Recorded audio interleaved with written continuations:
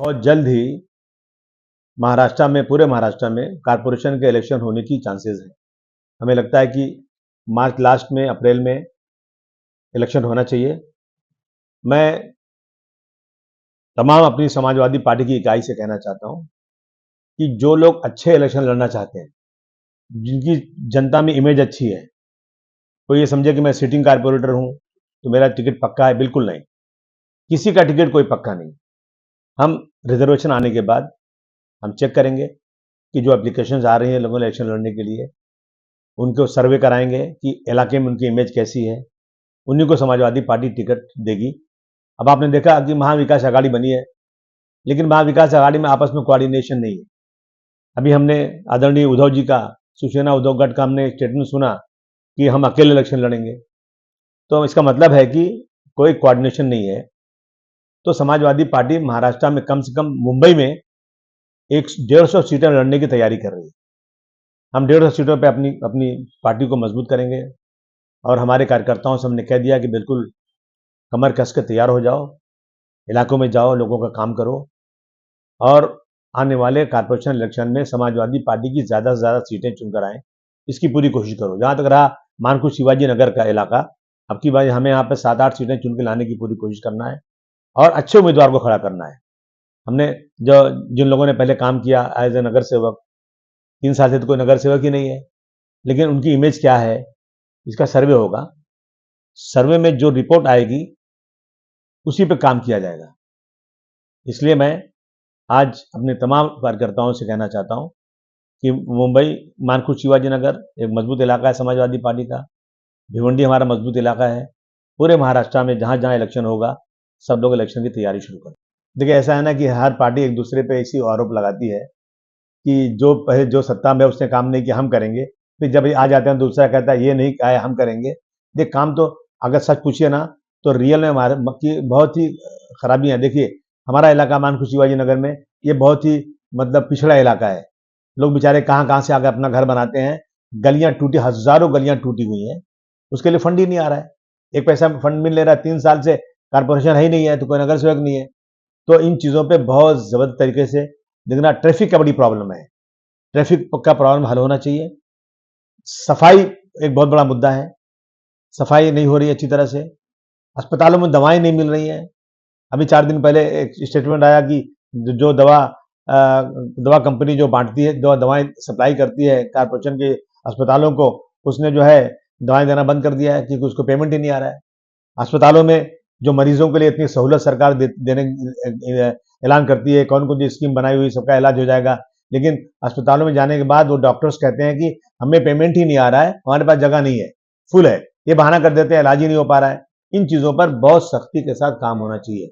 सड़कें बहुत खराब है। अगर आप मेरे साथ चलिए, आप उत्तर प्रदेश की सड़कों में घूम लीजिए, आप देख लीजिए। आप जरा, मैं किसी विदेश की बात तो नहीं कर रहा हूं, अपने देश के अंदर हम अगर चलते हैं सड़क पर, तो सड़क पर गाड़ियां हिलती रहती हैं।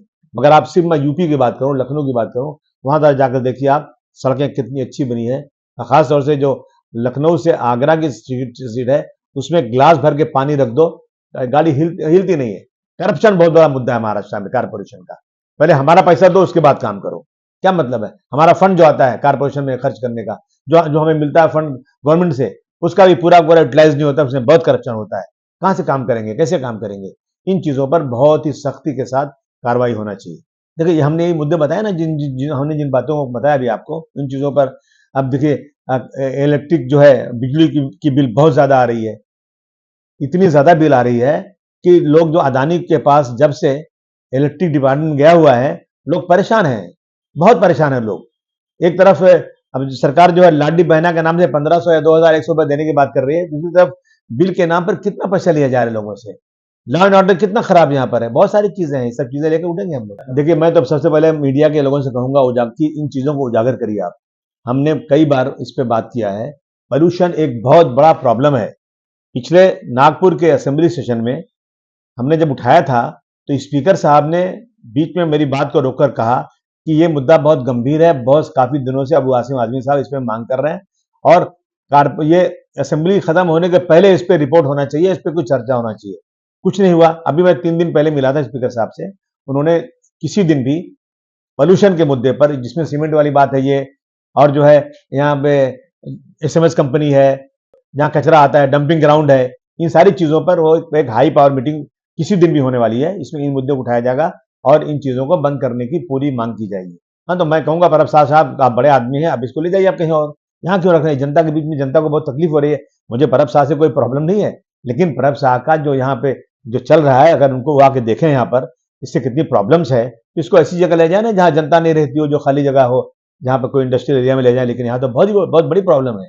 यहाँ इसकी वजह से सड़कों पर लोग गिर रहे हैं, गाड़ियां रात को वहां पार्क हो जाती हैं, वहीं शादी का हॉल है, लोगों को आना जाना मुश्किल है, वहीं बगल में खाना पकता है, और उसके बगल में सीमेंट कंपनी जो है धुआं उड़ा रही है, धूल उड़ रही है वहां पर जबरदस्त तरीके से। ये सब बंद करना बहुत जरूरी है।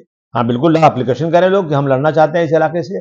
अभी हम ऑफिशियली जो हम छपवाएंगे, हम उसके पहले भी वो लोग एप्लीकेशन कर सकते हैं कि हम लड़ना चाहते हैं यहाँ पर। उनकी एप्लीकेशन जमा की जाएगी, और उसके बाद जब जब रिजर्वेशन आ जाएगा तो देखेंगे भाई, उसके सर्वे करेंगे। एक कंपनी हमने हायर किया है, जो कंपनी आगे सर्वे करेगी कि इनकी इमेज कैसी इलाके में है, जीत सकते हैं नहीं जीत सकते हैं, या जो हमारे सिटिंग नगर सेवक थे उनके बारे में लोगों की क्या इमेज है। उन्होंने 5 साल तक, 5 साल के 2 ही साल तो रहे नगर सेवक, तो उन्होंने अच्छा काम किया कि नहीं किया है। हालांकि 5 साल पूरा टर्म तो मिला ही नहीं उन लोगों को, 2 ही साल मिला। 3 साल तक उनके पास कोई फंड ही नहीं, और जबरदस्ती अपने आप को नगर सेवक कहते फिर रहे हैं। नगर सेवक तो है नहीं वो लोग। देखेंगे, सबका चेक करेंगे। देखिए, हमको सीटें चुन के लाना है। हमारे लिए कोई आदमी ऐसा नहीं है कि हमें हमारे बहुत प्यारा है, हमारे लिए बहुत करीब है। हमारे लिए वही सबसे करीब होगा जो जनता के कामों के लिए संघर्ष करता हो और उनके कामों की उम्मीदों पर पूरा उतरता हो। देखिए ऐसा है, वो जो रोड है, देखिए ऐसा है कि वहां पर मैं स्पीड ब्रेकर तो हाईवे पे लगता नहीं, स्पीड ब्रेकर लगा दीजिए। और वहां पर क्रॉसिंग के लिए कुछ होना चाहिए, वहां पर जेब्रा बनना चाहिए। मैंने एक जेब्रा तो बनवाया है वहां पर, इंडियन ऑयल के पास। और जहां पर मैं हमने ये भी रखा है स्पीकर साहब के पास, हमारे जो इसके ट्रैफिक के जो कमिश्नर हैं मिस्टर अनिल साहब, उनकी उसमें एक मीटिंग बुला रहा हूं मैं। किसी दिन भी मीटिंग, 3 मीटिंग साथ में होने वाली है।